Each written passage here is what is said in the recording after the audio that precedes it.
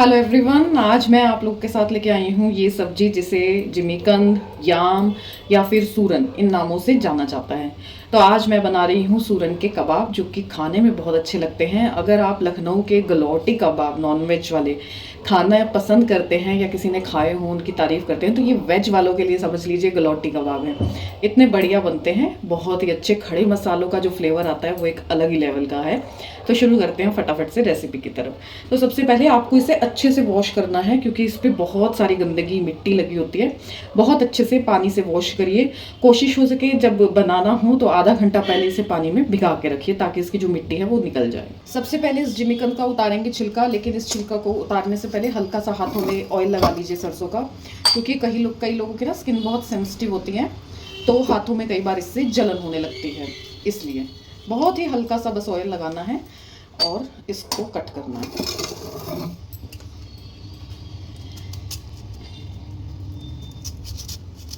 इस तरह से छोटे छोटे पार्ट में से कट करिए, पतले पतले पार्ट्स में, और इसका स्किन जो है बहुत ही आसानी से निकल जाएगा।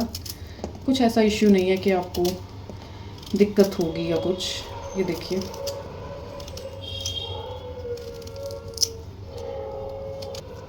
बस आपको इसकी ये वाली स्किन उतारनी है और इसको आपको रखना है। इसी की सब्जी बनेगी। जिमीकंद में या सूरन में कोई भी अपना सब्जी का फ्लेवर नहीं होता। जो भी फ्लेवर आता है इसमें मसालों का, या खड़े मसालों का ही आता है। सभी पीसीस को इस तरह से ही कट कर लेंगे और इनको पानी में भिगा के रखेंगे, ताकि जो भी इसके ऊपर गंदगी या मिट्टी लगी हुई होगी ना, वो उतर जाएगी। कटे हुए जिमीकंद को हम डालेंगे प्रेशर कुकर में।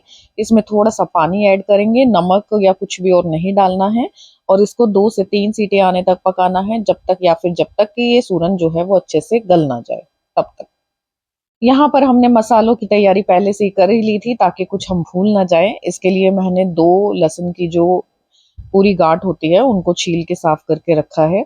उसमें हमने डाल दी है हरी मिर्ची 3 से 4, थोड़ी सी अदरक का टुकड़ा, जीरा डाल देंगे। साथ ही में मैंने डाली है थोड़ी सी काली मिर्च, और थोड़े से ये खड़े मसाले हैं जो आपके टेस्ट को और बढ़ा देते हैं, जैसे कि हरी इलायची के सिर्फ दाने दाने लिए हैं, क्योंकि कई बार पूरा पिस्ता नहीं है इसमें, तो मुंह में इसके छिलक के आते हैं, इसलिए।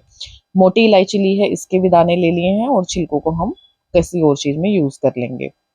एक लेंगे दालचीनी का टुकड़ा छोटा सा, 4 से 5 लेंगे हम लौंग, और साथ ही में हम थोड़ी सी हींग डाल देंगे इसके फ्लेवर के लिए। सबको अच्छे से पीस लेना है। अगर आप चाहें तो थोड़ा सा इसमें पानी भी डाल सकते हैं।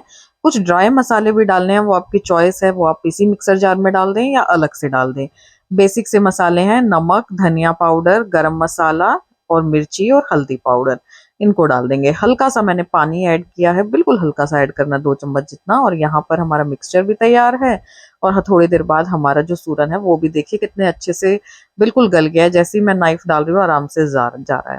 तो एक बर्तन में मैंने अपना सारा सूरन या जिमीकंद जो है वो निकाल लिया है। इसे मैश करें। बारीक कटे हुए प्याज, यहाँ पे हमारे पास है भुना हुआ बेसन,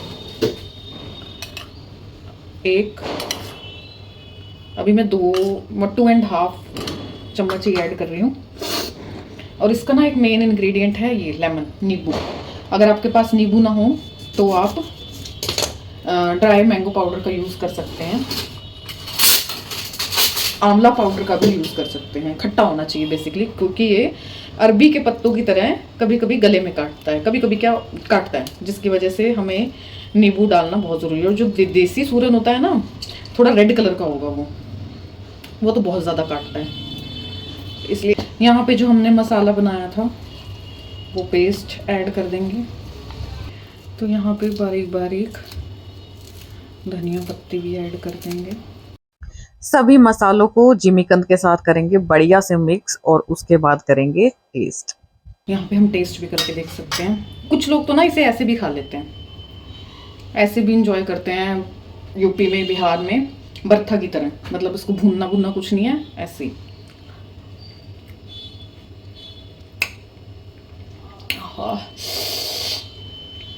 बहुत ही बढ़िया, बहुत ही चटपटा बना है। तो आज हम बना रहे हैं वेज रोल। इसके लिए रोल के लिए हमें लेना होगा नॉर्मल आटा खाने वाला, क्योंकि मैं आज आटे से ही बना रही हूँ।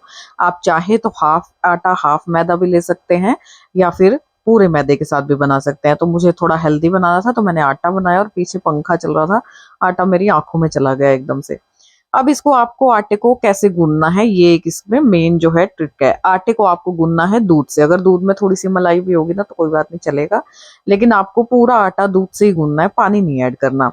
इससे आपका आटा बहुत ही सॉफ्ट बनेगा और जो आपके रोल का पराठा है ना वो बहुत ही सॉफ्ट बनेगा। आपको पता ही नहीं चलेगा कि आपने मैदे की ये रोटी बनाई है, पराठा बनाया, या फिर आटे का। इतना बढ़िया बनेगा और बिल्कुल आपको बाजार जैसा ही लगेगा।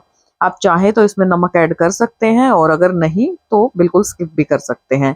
अगर आपको कभी ना ट्रेवल में रोटी लेके जानी है और आपको लगता है सूख जाएगी, या पराठा लेके जाना आपको लगता है सूख जाते हैं, थोड़ी लंबी दूरी का सफर है, या बच्चों को आप टिफिन देते हैं वो कहते हैं जी रोटी सूख जाती है, तो इस तरह आप दूध से आटा गूंथ के उन्हें रोटी दे सकते हैं और रोटियां बिल्कुल सॉफ्ट रहती हैं इससे।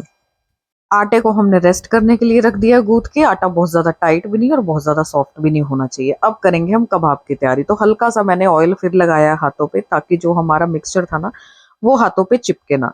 अब इसे आपको शेप देनी है। जो आपने मसाला बनाया था जिमीकंद का और मसालों का, आप इसे टिक्की की तरह या कबाब की तरह शेप दीजिए। बड़ी छोटी वो आपकी साइज, जो आप जैसा आप खाना चाहते हैं उस पर डिपेंड करता है कैसे आप बनाए। हाँ, और मैं आपको मिक्सचर की वीडियो दिखाना भूल गई थी। तो इस तरह से कुछ आपका मिक्सचर बनेगा और इस तरह से आपको हाथों पे लेके अपने कबाब या टिक्की जिसे कह देते हैं वो बनानी है। बहुत ही बढ़िया और बहुत ही शानदार बनेगी। तो आप मेरे कहने पे एक बार इस रेसिपी को ट्राई ज़रूर करना, और मैं श्योर हूँ अगर आपको ये रेसिपी आपने ट्राई करे तो आप ज़रूर इसे दोबारा भी बनाओगे, इतनी अच्छी बनती है।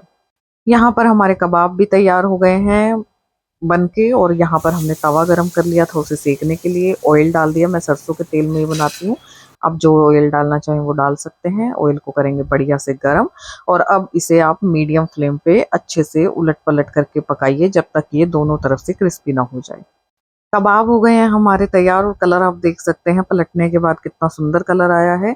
इसी तरह से हमें दोनों तरफ से ही इसे बिल्कुल अच्छे से सेक लेना है। नेक्स्ट है हमारी रोल की तैयारी। तो थोड़ा सा हमें आटा जो है वो ज़्यादा लेना है, क्योंकि हमें इसका बड़ा सा पराठा बनाना है, बड़ी सी रोटी बनाना है, इसलिए तो थोड़ा आटा ज़्यादा लेना होगा आपको। सूखा आटा लगा के एक बड़ी सी रोटी बनानी है। जितना मेरा ये चकला था मैंने उतनी बड़ी इसकी रोटी बनाई, अच्छे से फैला के। रोल के लिए, पराठा बनाने के लिए हम ऊपर से घी लगाएंगे और इस तरह से आप रोल करेंगे जैसे कि आप लच्छा पराठा बनाते हैं। फिर ऊपर से घी लगाएंगे, आप ऑयल का भी यूज़ कर सकते हैं। फिर इसका पराठा बनाएंगे तो आपके लच्छे बहुत ही बढ़िया निकलेंगे। जिस तवे पर आपने कबाब सेके थे उसी पर ही मैंने अपना पराठा भी डाल दिया है। दोनों तरफ से पहले बढ़िया से सीखने देंगे थोड़ा थोड़ा, उसके बाद ऑयल लगा के या घी लगा के इन्हें सेकेंगे। ये देखिए कितने बढ़िया लच्छे निकल के आए हैं आपके पराठे के। मीडियम से हाई फ्लेम पर आपको इन पराठों को बनाना है, दोनों तरफ ऑयल लगा के, और कितने बढ़िया से लच्छे निकल के आए हैं और आपका रोल के लिए पराठा भी तैयार हो गया है। इन पराठों पर हम लगाएंगे ग्रीन चिली सॉस। वो चाहे आप घर की बना लीजिए हरी चटनी, या फिर आप बाजार की ले लीजिए। मैंने मार्केट वाली ली है। और अगर आप बच्चों के लिए बनाना चाहते हैं तो आप, और वो ज़्यादा मिर्ची नहीं खाना चाहते हैं, तो आप नॉर्मल पराठे पे ही अपने कबाब डालिए और उसके ऊपर आप दही को थोड़ा सा फेंट के, गाढ़ी दही को थोड़ा सा फेंट के वो डाल सकते हैं इसके ऊपर। पतले पतले से प्याज काट के इस पे स्प्रेड कीजिए, इसे रोल कीजिए और इंजॉय कीजिए, बहुत ही बढ़िया लगता है। अगर आप बच्चे बड़े हैं आपके, उन्हें टिफिन में देना चाहें तो टिफिन में भी लेके जा सकते हैं अगर वो पसंद करते हैं तो। ये आपका घर पे ही वेज रोल बन के तैयार है, जिसे बहुत ही बढ़िया लगता है। कभी कभी खाने का चेंज करने का मन करे तो वही सब्जी है वही रोटी है, लेकिन चेंज आ जाएगा खाने में। अब बारी आती है टेस्ट की। तो सच बताऊं तो ये मेरे घर का फेवरेट है, फूड है। और दिवाली तक पता नहीं मैं इसको कितनी बार बनाती हूँ। कभी हम इसे दाल चावल के साथ भी खाते हैं, ऐसे यही कबाब बनाकर। कभी हम इस तरह से रोल बना के खाते हैं, तो कभी हम सिर्फ कबाब भी खा लेते हैं चाय के साथ। तो आप लोग भी इसे ट्राई करिएगा।